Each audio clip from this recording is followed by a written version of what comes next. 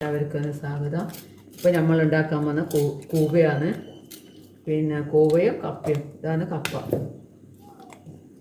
വീണ്ടും കാണാം.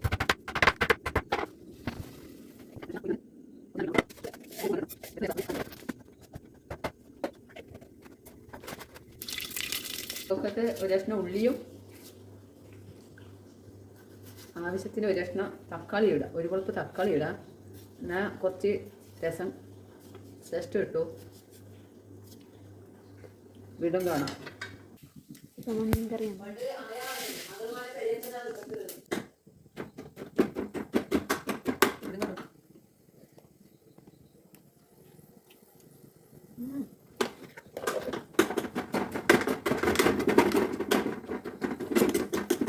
ഇട്ട കൂവ.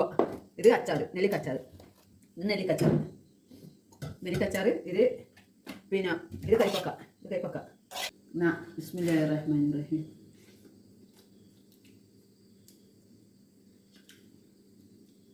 നന്നായിട്ടുണ്ട്. സൂപ്പർ. വീഡിയോ ഇഷ്ടമാണെങ്കിൽ ലൈക്കും കമൻറ്റും താഴെ കന്നാൻ വെള്ളേക്ക് അമർത്തുക. അസ്സലാമു അലൈക്കും.